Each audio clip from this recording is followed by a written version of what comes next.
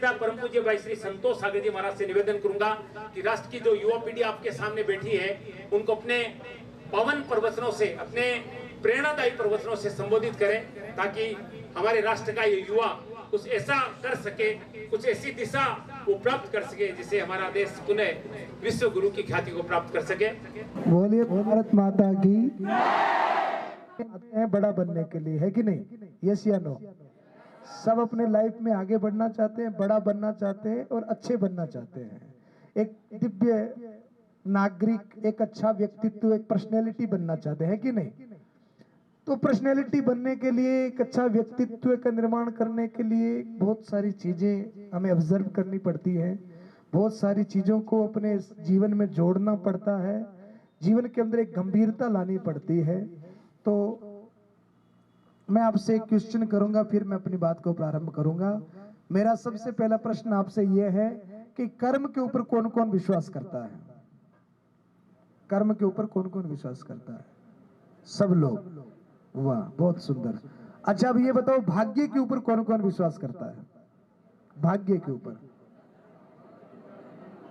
4 या 5 लोगों ने हाथ ऊपर किए हैं। भाग्य के ऊपर विश्वास आप करते हो? भाग्य के ऊपर विश्वास 4 लोगों ने हाथ ऊपर किए। जो भाग्य के ऊपर विश्वास करते हैं वो पूरे पूरे हाथ ऊपर खड़े करें। आप नहीं करते? नहीं करते? चलो, आप भी नहीं करते तो पहले आप बताओ क्यों नहीं करते। सभी शांत रहे भाई, एकदम मौन हो जाए। भाग्य के ऊपर विश्वास क्यों नहीं करते? कर्म से ही भाग्य बनता है। तो आज मैं जो आपके सामने आया हूं, इसके लिए आपने क्या कर्म किया?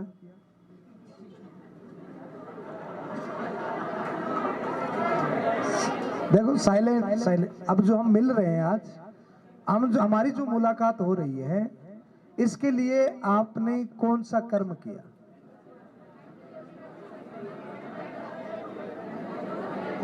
सुनिए, कर्म और भाग्य दोनों ही चीजें होती है। भाग्य के ऊपर भी विश्वास हो और कर्म के ऊपर भी विश्वास हो। भाग्य ज्यादा नहीं, पर जितना आटे में नमक डालते हैं ना, उतना तो कम से कम भाग्य हमारा होता ही है। हमारा भारत देश में जन्म हुआ, क्या ये हमारा भाग्य नहीं है? क्या हमें अच्छे मम्मी पापा मिले, अच्छे पेरेंट्स मिले, क्या हमारा भाग्य नहीं है? हमारा भाग्य है ना।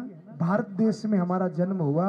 क्या आपको गर्व है अपने राष्ट्र के ऊपर, अपने भारत के ऊपर गर्व है? तो हमारा सबसे पहला भाग्य यही है कि हमारा जन्म भारत में हुआ। दूसरा हमारा भाग्य है कि हमारे अच्छे मम्मी पापा, अच्छे संस्कारवान परिवार में हमारा जन्म हुआ। कहीं किसी मलेच्छ के घर पर, कहीं नशा पता पेशन करने वाले के घर पर, कहीं किसी चंडाल के घर पर हमारा जन्म नहीं हुआ, किसी डाकू के घर हमारा जन्म नहीं हुआ। एक अच्छे माता पिता मिले, क्या ये हमारा भाग्य नहीं है? ये हमारा भाग्य है। और तीसरा भाग्य है, मैं आपसे पूछूं, लाइफ में सबसे बड़ा वेलफेयर क्या है? सबसे बड़ा वेलफेयर क्या है? बता सकता है कोई?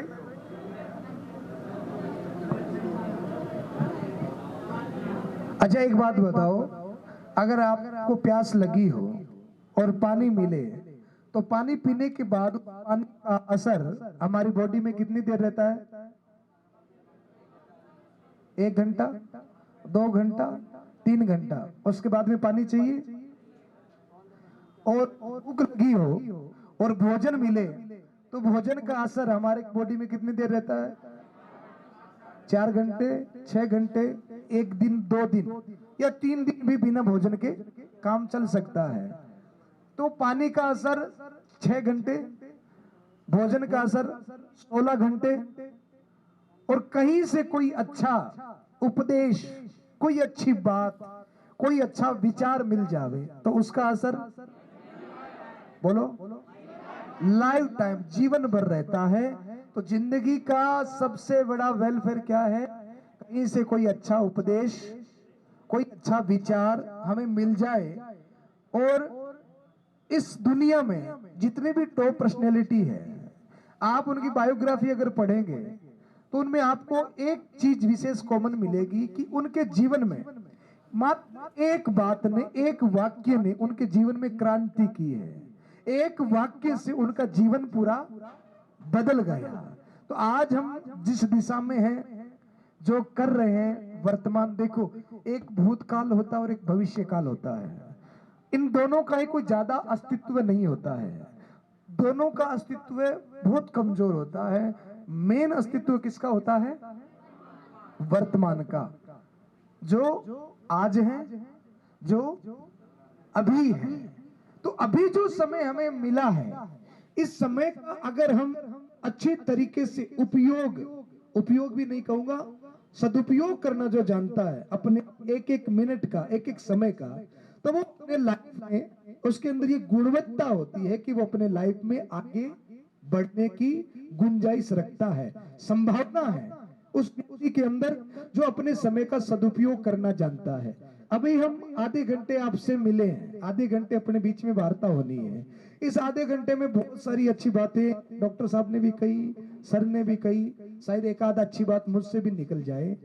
आप में से ही कई बच्चे ऐसे होंगे जो इन बातों से बहुत कुछ सीख करके अपने जीवन में कुछ बेहतर, कुछ उन्नत, कुछ अच्छा करने का प्रयास करेंगे। और कई शहंशाह ऐसे भी हैं जो सुनेंगे भी नहीं, सुन लिया तो इस कान से सुनेंगे, इस कान से निकाल भी देंगे। उन्हें कोई फर्क नहीं पड़ता कि हमें क्या मिल रहा है, क्योंकि उनके अंदर वो क्षमता ही नहीं है लेने की। संसार में बहुत सारी चीजें हमें मिलती है और मिलती रहेगी, पर डिपेंडेंट हम लेना चाहते हैं कि नहीं चाहती, हमारे अंदर में वो योग्यता है कि नहीं है। हर आदमी के पास में एक पात्र होता है, एक बर्तन होता है। उस बर्तन का नाम क्या पता है? उस बर्तन का नाम है मन। क्या नाम है? मन। पात्र वो एक बर्तन है, हम सबके पास में है और एक जितना ही है। भगवान ने कई भेदभाव किए, जैसे आंखें हैं, कान है, नाक है, वैसे भी मन और बुद्धि हम सबके पास में एक जैसा ही है, एक जितना ही है। पर कई लोगों का पहले से वो भरा हुआ है और कई लोग उसको खाली रखते हैं, बुरी बुरी चीजों को डिलीट करते जाते हैं। क्योंकि विचार तो सब थॉट जो होता है ना, ये दिमाग एक सेकंड भी खाली नहीं रहता है, इसमें थॉट चलते रहते हैं, अच्छे और बुरे विचार निरंतर चलते रहते हैं। एक सफल व्यक्ति की निशानी यही होती है कि वो बुरे थॉट्स को डिलीट करता जाता है और अच्छे थॉट्स को क्या करता है? सेव करता जाता है। हमारे पास दो माइंड होते हैं कि नहीं? एक क्रिएटर माइंड है और एक सेविंग माइंड है। तो वो अच्छे थॉट्स को सेव करता जाता है, बुरों को डिलीट करता जाता है। क्योंकि बुरी चीजों को हम क्या कहते हैं पता है? क्या कहते हैं?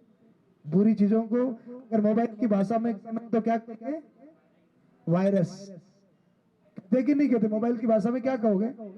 वायरस। और वायरस आने से मोबाइल क्या हो जाता है? हैंग हो जाता है। तो ये जो हमारा माइंड है वो भी हैंग हो जाएगा अगर बुरी चीजें हमारे अंदर में आएगी। तो जो तुम करना चाहते हो, जो तुम बनना चाहते हो, वो तुम कभी बन नहीं पाओगे, वो तुम कभी कर नहीं पाओगे। मैं आपसे पूछूं कि आप एक व्यक्ति विशेष से पर्सन बनना चाहते हैं कि पर्सनैलिटी बनना चाहते हैं? तो निश्चित आप सब लोग पर्सनैलिटी ही बनना चाहते हैं। एक आदमी होता है जो भीड़ में चलता है और एक आदमी होता है जो भीड़ को लेकर आगे चलता है। तो भीड़ में चलने वाले बनना चाहते हैं, तो आगे चलने वाले यानी कि लीडरशिप करने वाले, नेतृत्व करने वाले। तो आपको पता लीडरशिप के लिए अपने आप को कितना डेवलप करना पड़ता है, अपने आप को कितनी मैच्योरिटी, कितनी गंभीरता, कितने प्रकार की नॉलेज, ज्ञान, कितना अपने आप में एक सामर्थ्य अर्जित करना पड़ता है, तब जाकर हम लीडरशिप करने वाले बनते हैं। हमारा जीवन ऐसा हो कि हम जहां जाएं वहां पर लोग अपने आप खड़े हो जाएं, हमें कहना नहीं पड़े। ऐसा जीवन चरित्र और ऐसी हमारी योग्यता हो। तो अगर ऐसी योग्यता बनाना चाहते तो 2 4 5 सूत्र मैं आपको दे देना चाहता हूं। लेना चाहेंगे गंभीरता से? अच्छा, तो अब आज हम थोड़ी देर, क्योंकि मैं एक क्लास पहले से अटेंड करके आया हूं, थोड़ी देर आपसे पहले बात कर लूं, फिर मेरे को 4 बजे से फिर मेरी एक क्लास चलती है 4 घंटे की। कितनी घंटे की? 4 घंटे की। वो है आपके पेरेंट्स के लिए, अभी तो है बच्चों के लिए, और वो है माता पिता के लिए। तो अभी हम थोड़ी देर आपसे कुछ बातें करेंगे। तो सबसे पहले तो आप ये गौरव मानना कि हमारा जन्म कहाँ हुआ है, भारत में हुआ है। दूसरा, आप अपने आप का गौरव मानना, भाग्य मानना कि हमें अच्छे मम्मी पापा मिले, मिलेंगे नहीं मिले हैं, और अच्छी कोचिंग सेंटर में, आप इस कोचिंग सेंटर में, इस स्कूल में पढ़ रहे हैं, ये भी आपका भाग्य है, बहुत बड़ा सद्भाग्य है। और तीसरा सौभाग्य है कि कभी भी जीवन में ऐसी घड़ी आए जहां पर हमें कुछ अच्छा सुनने को मिले, कुछ अच्छी बातें मिले, तो उसको भी अपना भाग्य मानना चाहिए, अपना गौरव मानना चाहिए। और मैं कहता हूं कि हम सबसे ज्यादा लकी इसलिए है पूरे विश्व में कि हमारा जन्म भारत में हुआ है। ये वो देश है जहां पर वसुदेव कुटुंबकम की बात की जाती है। ये वो देश है जहां पर लड़की को क्या कहते हैं, लक्ष्मी कहते हैं। क्या कहते हैं? लड़की का जन्म होता है तो हम क्या कहते हैं, कौन आई? लक्ष्मी आई। लड़के का जन्म होता है हम कहते हैं क्या, विष्णु आया? कभी नहीं कहते। और लड़की आती है तो क्या कहते हैं, लक्ष्मी आई। जहां पर नारी का आदर करना सिखाया जाता है, जहां पर एक भगवान नहीं है। हमारे संस्कृति में कितने भगवान है पता है? 33 करोड़। ये 33 करोड़ भगवान कैसे हैं पता है? हमने, जिसने भी हमें कुछ दिया है उसको हमने क्या माना है, भगवान माना है। नदियों ने हमको जल दिया तो हमने नदी को क्या कहा, माँ कहा। गाय ने हमको शीतल मीठा दूध दिया तो क्या कहा, माँ कहा। और हम तो धरती को भी क्या कहते हैं, माँ कहते हैं। इसलिए हमारे 33 करोड़ देवता, क्योंकि जिसने भी हमको कुछ दिया हमने उसको माँ कहा। ये संस्कृति भारतीय संस्कृति है। आप अन्य देशों में आपने कभी सुना इंग्लैंड माता? आपने कभी सुना इटली माता, अमेरिका माता? कभी नहीं सुनोगे। और भारत को क्या कहते हैं, भारत माता। एक बार एक कोई अंग्रेज भारत में आ गया घूमने, और वो आ गया अलवर में। और अलवर में उसको कोई आपके जैसा टैलेंटेड व्यक्ति मिल गया। अब टैलेंटेड है कि नहीं? और वो किसी टैलेंटेड व्यक्ति से मिल गया, और अब वो जो टैलेंटेड व्यक्ति था वो था राष्ट्रभक्त। होना भी चाहिए, अपने राष्ट्र के ऊपर गर्व। तो उस अंग्रेज के साथ में चलने लगा तो बीच में तुलसी का पौधा आ गया। और तुलसी को हम क्या कहते हैं, तुलसी को भी माता कहते हैं। ये संस्कृति हमारी है, क्योंकि तुलसी भी हमको बहुत कुछ देती है। तो तुलसी को हम क्या कहते हैं, माता कहते हैं। तो जो ही तुलसी का पेड़ आया तो उस टैलेंटेड अलवर के व्यक्ति ने तुलसी मैया को प्रणाम किया, हे तुलसी माता। तो अंग्रेज ने कहा, व्हाट इज दिस, तुम लोग तो पागल हो, तुम एक पेड़ को प्रणाम करते हो उसको माता कह रहे हो। और अंग्रेज के हाथ में एक डंडा था, और डंडा लेकर के उस पेड़ को झाड़ दिया। अब उस अलवर के टैलेंटेड बंदे को बड़ा गुस्सा आया। अलवर वासियों के साथ में पंगा, भारतवासियों के साथ में पंगा। ठहर, अभी अभी मजा चखाता हूं। अब वो आगे बढ़ा, और आगे वो एक पेड़ होता है ना जिसको छूने से खुजली हो जाती है, क्या नाम है उसका, कैटरस है, हिंदी में उसको नागफणी बोलते हैं। हाँ, तो वो उसके पास में लेकर गया और अंग्रेज को कहा, आजा अब मजे चखाता हूं। उसके पास में ले जाकर कहा, प्रणाम पिताजी। अंग्रेज ने कहा, यार बड़े पागल आदमी हो, कहीं माता कहीं पिता। डंडा लेकर के उसको भी झाड़ दिया। अब जो इन झाड़ा था, आपको पता है क्या हुआ, पूरे शरीर पर खुजली होगी, नाचने लगा दोनों ताल। बोले अरे क्या हुआ? बोले तुमने हमारी मम्मी को छेड़ा ना, पापा नाराज हो गए। हाँ, मम्मी को छेड़ा तो पापा नाराज हो गए। बोले अब मैं क्या करूं, मेरी बड़ी खुजली हो रही है। बोले चलो। बोले कहां? बोले गऊ माता। पहले कौन सी माता? तुलसी माता। अब खुजली हो रही है तो अब कहां चलना? गऊ माता। बोले क्या होगा? गाय का गोबर दिया, बोले लगा ले, ठीक हो जाएगा। और वास्तव में गाय के गोबर के साथ में साइंटिफिक रीजन है कि अगर गाय का गोबर लगाए तो कितना भी पुराना दाद खाज खुजली क्यों ना हो, ठीक हो, साइंस भी मानता है। तो बोले कहां चले? बोले गऊ माता। गाय का गोबर लगा लिया, तो अब कहां चले? बोले अब चलो कहां? गंगा माता। तो पहले तुलसी माता, फिर गऊ माता, और फिर गंगा माता।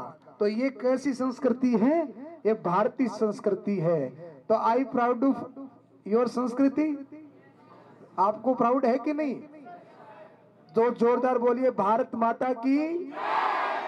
हाँ, और भारत माता ने हमको क्या सिखाया? बोले हमें सबसे पहले तो सिखाया पशु पक्षियों से, जानवरों से प्रेम करना। ये हमारी संस्कृति सिखाती है। जानवरों को काटना, मारना, ये भारतीय संस्कृति नहीं सिखाती। हमारे यहाँ पर भगवान शंकर के पास में जाओ तो क्या है? बोलो, नंदी है ना। और श्री कृष्ण के पास में जाओ तो गौ माता। कार्तिकेय जी के पास और गणेश जी के पास में चूहा, यानी कि, और दुर्गा माता के पास में, यानी कि हमारे हर एक देवता के पास में कोई ना कोई पशु है, कोई ना कोई जानवर है। तो पशु प्रेम हमें सिखाया गया है। और प्रकृति से प्रेम करना भी हमारी संस्कृति हमें सिखाती है। प्रकृति से भी प्रेम करना हमारा कर्तव्य है। अगर हम जावें शिव जी के पास तो प्रकृति में शिव जी को क्या चढ़ता है? वाह, बड़े नॉलेज है आपके पास में। शंकर जी को प्रसन्न करना हो तो क्या चढ़ावे? वील्य पत्र चढ़ावे। और गणेश जी को प्रसन्न करना हो तो दुर्वा। प्रकृति की बात कर रहा हूं, फूल पुष्प की बात कर रहा हूं। दुर्वा, धूप चढ़ाई जाती है। और कृष्ण को प्रसन्न करना हो तो तुलसी। तुलसी तो यानी कि कृष्ण को तुलसी, गणेश जी को धूप और शंकर जी को बिल्व बड़ा पसंद है। ये बात मैं इसलिए बता रहा हूं कि हमारे देवी देवताओं ने, हमारे भगवान ने हमको सिखाया है कि हम राष्ट्र से प्रेम करें, हम पशु पक्षियों से प्रेम करें और हम प्रकृति से भी प्रेम करें। प्रकृति की पूजा करना। कल हमारे यहाँ पर कौन सा दिवस था पता है आपको? विश्व पर्यावरण दिवस। ये दिवस क्यों मनाया जाता है? अभी आपको पता है कोरोना काल में जो ऑक्सीजन का एक सिलेंडर था वो कितने रुपए का हो गया था? लाख लाख, 2-2, 5-5 लाख रुपए में भी सिलेंडर नहीं मिल रहा था। और ये प्रकृति, वो ऑक्सीजन, वो हवा हमें रोज मुफ्त में देती है, रोज फ्री में देती है। एक बार अपने दिमाग से सोचो कि एक दिन हवा न चले। ये पंखा, कूलर, एसी ये तभी काम कर रहे हैं जब बाहर हवा चल। अगर बाहर हवा नहीं होगी तो ये सारे बेकार हैं। मानव के द्वारा बनाया गया यंत्र अगर प्रकृति का साथ न हो तो वो बिल्कुल बेकार, नथिंग, कोई वैल्यू नहीं होती उसकी। तो प्रकृति भी हमारे लिए क्या है? भगवान है। इसलिए पर्यावरण दिवस यानी कि पेड़ लगाना, पेड़ों की रक्षा करना, ये सब हमारा कर्तव्य है, हमारी ड्यूटी है। तो सबसे पहला भाग्य है, भगवान की कृपा है कि हमें जन्म कहाँ मिला? भारत में मिला, जहाँ तुलसी को माता, गाय को माता, नदी को माता, और इन सब की रक्षा करना, इन सब का आदर करना, ये हम सब लोगों की एक ड्यूटी है कि नहीं? अच्छा, अब आप सब लोगों को सफल होना है, आगे बढ़ना है। सब मेहनत कर रहे हैं, खूब मेहनत कर रहे हैं, पर मैं आपसे पूछना चाहता हूं क्या मेहनत करने वाला हर आदमी सफल हो जाता है? मेहनत तो सभी कर रहे हैं, स्कूल भी एक जैसी मिली है, गुरुजी भी एक जैसा ही पढ़ा रहे हैं कि भेदभाव करते हैं? टीचर्स भेदभाव करते हैं क्या? एक जितना समय देते हैं, एक जैसी पढ़ाई हो रही है, पर सफल सब नहीं हो पाते। कई लोग हार जाते हैं, फेल हो जाते हैं। और वो फेल क्यों हो जाते हैं, ये कारण हमको जानना पड़ेगा। हम केवल सफलता कैसे होगी यही बातें सुनते हैं, पर हम फेल क्यों होते हैं ये बात भी हमको जाननी बड़ी जरूरी है। तो फेलियर का मोस्ट कारण क्या है? ऐसा कौन सा कारण है जिसके बाद में आदमी इतनी कोशिश करने के बाद में हार जाता है, फेल हो जाता है, अपनी जिंदगी में सफल नहीं हो पाता? इसका एक रीजन कोई भी आप में से दे सकते मुझे? आप बताओ, खड़े होके बता दो। फेल होने का, हारने का एक कारण ध्यान नहीं लगा पाता, किसी भी चीज पे, एक चीज पे फोकस नहीं कर पाता। थैंक यू, बहुत सुंदर जवाब, बहुत बढ़िया। और कोई? हार क्यों जाता है व्यक्ति? खड़े होगी एकदम कॉन्फिडेंस के साथ में बोलो, कोई डरने की बात नहीं है। सही जवाब होगा तो अच्छी बात है, नहीं तो सही जवाब सुनने का मौका मिला। क्योंकि जो बोल नहीं पाता, अपने मन की बात कह नहीं पाता, फिर वो सफल कैसे होगा। तो अपने अंदर इतना कॉन्फिडेंस होना चाहिए कि हम उल्टा सीधा जो भी हो वो जवाब दें, ताकि हमें सीखने को मिले। तो हार क्यों जाता है, फेल क्यों हो जाता है, इतनी मेहनत करने के बाद में हर आदमी सक्सेस नहीं हो जाता, वो क्यों नहीं होता, उसका एक रीजन कोई दे। तुम बताओ बेटा। सफलता पाने का जुनून नहीं होता, ये भी बहुत सुंदर जवाब। हाँ बेटा तुम बताओ। भाग्य साथ नहीं देता, ठीक है, आपका भी जवाब ठीक है। और कोई? हाँ तुम बताओ बेटा। सही डायरेक्शन नहीं मिलता। तो यहाँ पे जो डायरेक्शन दिया जाता है जी, जैसे विद्यालय में तो सीखने के लिए आते हैं, गुरुजी अच्छी बातें नहीं कहते हैं। नहीं आपका नहीं, हंसने की बात नहीं है, इनका जवाब सही है, पर इस जवाब में थोड़ा सा सुधार करने की आवश्यकता है। इनका जवाब है सही डायरेक्शन नहीं मिलता। तो सही डायरेक्शन आपको कितनी बार चाहिए? आज मैं दे रहा हूं, इसका मतलब आप सफल हो जाएंगे हैं भाई। सही डायरेक्शन देने के लिए तो मैं आया हूं। आज मैं जो आपको बातें बता रहा हूं, ये समझ लेना कि पूरा मक्खन बता रहा हूं, इससे ज्यादा सही डायरेक्शन कुछ भी नहीं होगा।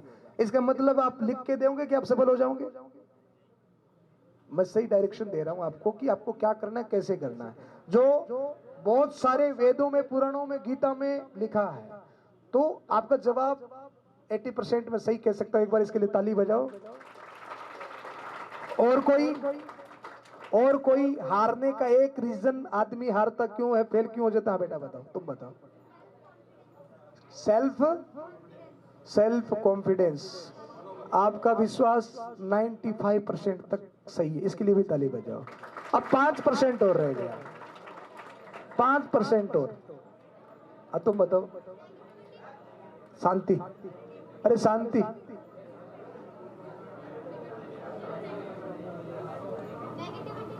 नेगेटिविटी, सकारात्मक,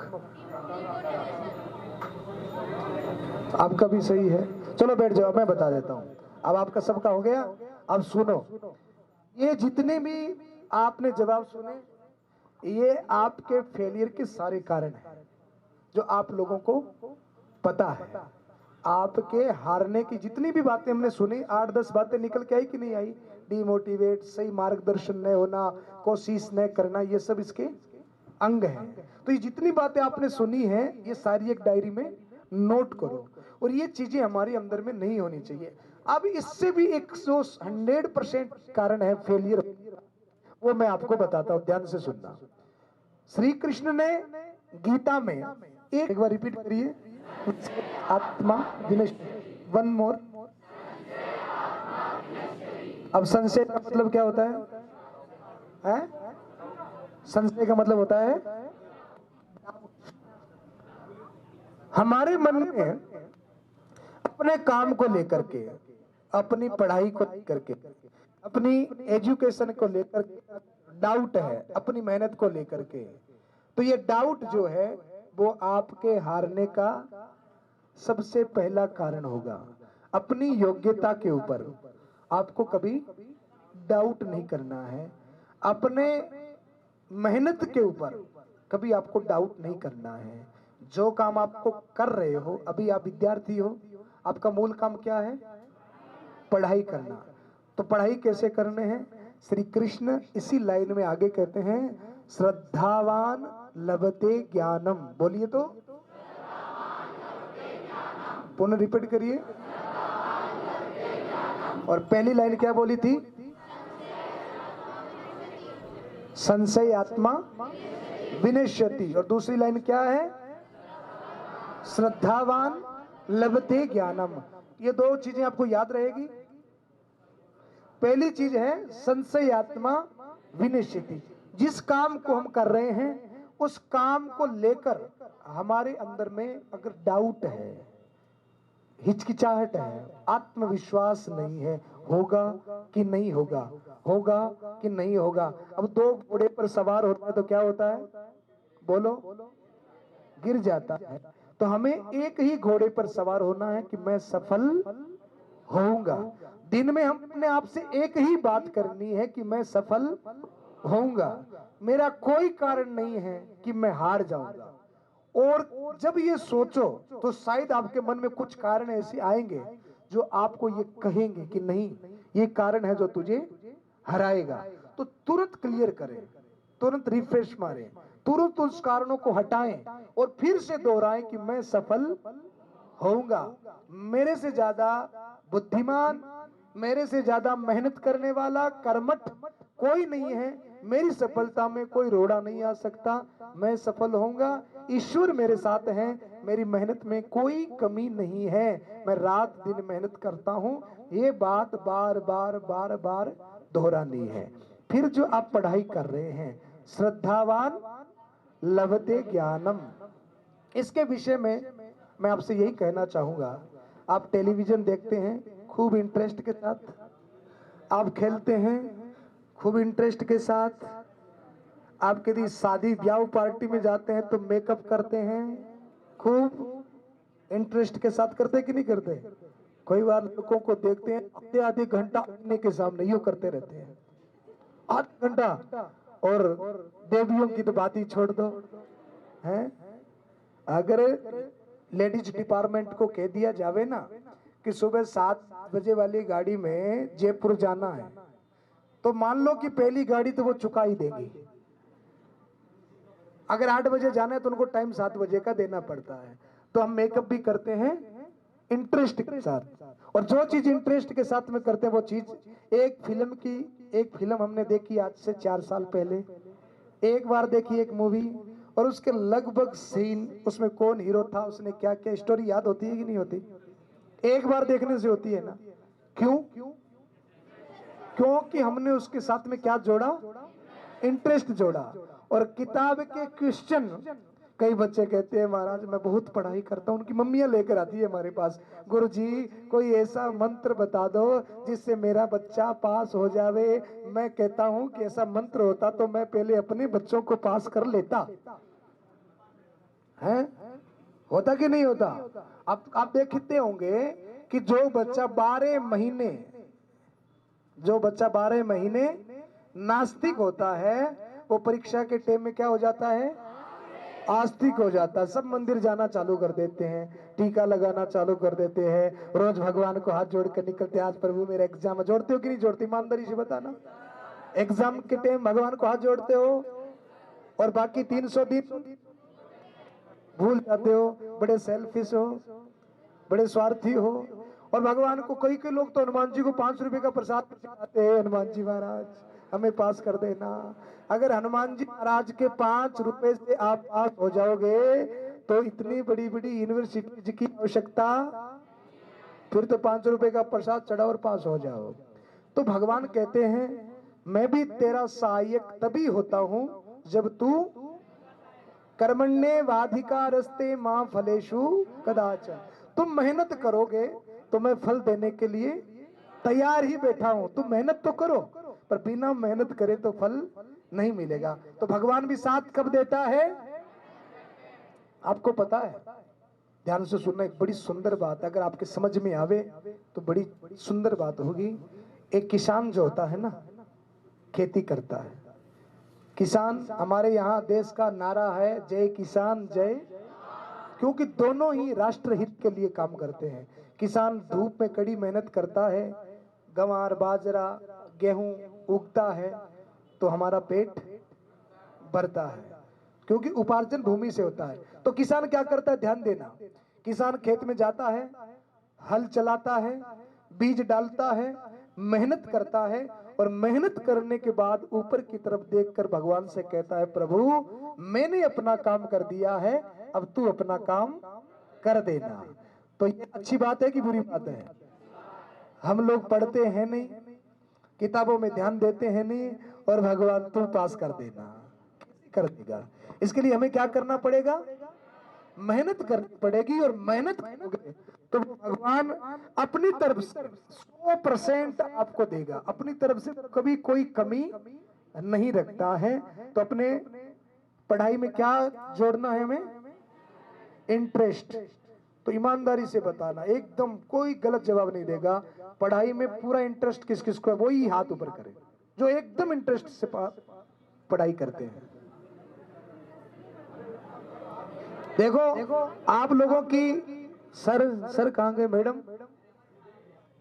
आपके बच्चों की एक बात मुझे अच्छी लगी कि आपके बच्चे बहुत ईमानदार हैं, आपके अंदर ये गुणवत्ता है,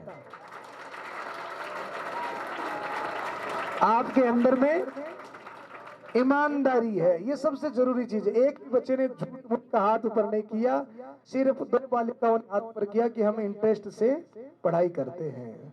तो अगर सफल होना चाहते हैं तो चलो, अब तक जो नहीं किया, आज से एक अच्छे दिन की शुरुआत हो सकती है।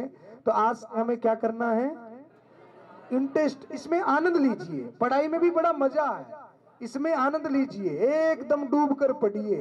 पढ़ते समय हमें मित्र याद न आवे, मोबाइल याद न आवे, ट्विटर फेसबुक और टिकटॉक याद न आवे।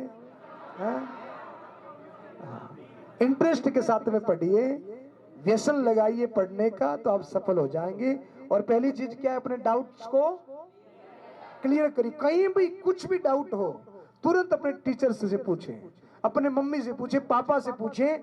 डाउट संशय आत्मा विनश्यति, डाउट जिसके मन में होता है उसका नाश हो जाता है। तो अपने डाउट को नित्य क्लियर करते रहिए। और दूसरी बात क्या बताई? इंटरेस्ट के साथ में पढ़ना है। अब तीसरी बात और सुनिए। एक स्कूल में एक गुब्बारा बेचने वाला आया, तो एक छोटी सी बच्ची ने पूछा, सर ये गुब्बारा उड़ता है? सर ने कहा यस उड़ता है। तो बच्ची मासूम सी उसने पूछा, ये येलो वाला उड़ता है? बोला हाँ येलो वाला भी उड़ता है। ब्लैक वाला? बोले ब्लैक वाला भी उड़ता है। सर व्हाइट वाला? बोले हाँ व्हाइट वाला भी उड़ता है। तो सर ये पिंक वाला? बोले पिंक वाला भी उड़ता है। सर ने कहा सुनो बेटा, गुब्बारे के उड़ने में कलर्स का कोई रोल, गुब्बारा कलर्स से उड़ता है क्या? तो कैसे उड़ता है? कैसे उड़ता है? हवा से। अब मेरी बात को ध्यान से सुनना। आपके पेरेंट्स कितने हेल्पर हैं? आपको टीचर्स कैसे मिले हैं? आपकी स्कूल कैसी है? आप कौन सी जाति से आती हैं? कौन से रिलीजन धर्म से आते हैं? कौन से संप्रदाय से आते हैं? आपकी सफलता से इन बातों का कोई लेना देना नहीं है, कोई लेना देना नहीं है। आप सफल होते हैं कलर से नहीं, इससे होते हैं आप उड़ान भरते हैं, ऊंचाई को छूते हैं। कैसे? आपके अंदर में जो हवा है, जो आपके अंदर में ऊर्जा है, तो उस ऊर्जा को डेवलप करिए। आप ये मत देखिए कि मेरे पेरेंट्स कमजोर हैं, मुझे अच्छी स्कूल नहीं मिली, मेरे पास ड्रेस कोड अच्छा नहीं है, मुझे स्कूल जाने के लिए स्कूल वैन नहीं मिली, साइकिल नहीं मिली, मुझे अच्छे शूज नहीं मिले, मुझे ब्रांडेड कपड़े नहीं मिले, मुझे ये। अपने आप से शिकायतें मत करो। अपने आप को इतना मजबूत बनाओ कि जो मम्मी पापा नहीं कर पाए, जो सुख वो नहीं ले पाए, आप ये कहिए कि मम्मी पापा जो आपको नहीं मिला मैं वो आपको दूंगा। टीचर्स से कहें सर मैं आपका नाम रोशन करूंगा कि ये आपकी जो स्कूल है ना, एक समय ऐसा आएगा कि आपकी स्कूल मेरे नाम से जानी जाएगी कि यार ये बच्चा उस स्कूल से पढ़ा हुआ। अपने आप को ऐसा तैयार करिए कि आपके टीचर्स आपके नाम से जाने जाएं, आपकी स्कूल आपके नाम से जानी जाए। अपने आप को ऐसा तैयार करिए और अपने अंदर एक खोज आज से ही शुरू करिएगा, अभी से ही शुरू करिएगा। आप में से कोई बता सकता है अपनी एक विशेषता? यहाँ पर सैकड़ों बच्चे बैठे हैं, अब ज्यादा समय नहीं लूंगा मैं। आप में से कोई ऐसा है जो अपनी एक विशेषता बता सके कि जो मैं कर सकता हूं वो कोई नहीं कर सकता है? सर मैं 3 जगह से फटी हुई पैंट पहन सकता हूं, दूसरा कोई नहीं पहन सकता। सर मैं बंदर के जैसे एक साइड से कटवा के आ सकता हूं, दूसरा कोई नहीं कर। ये योग्यता ही नहीं होती है।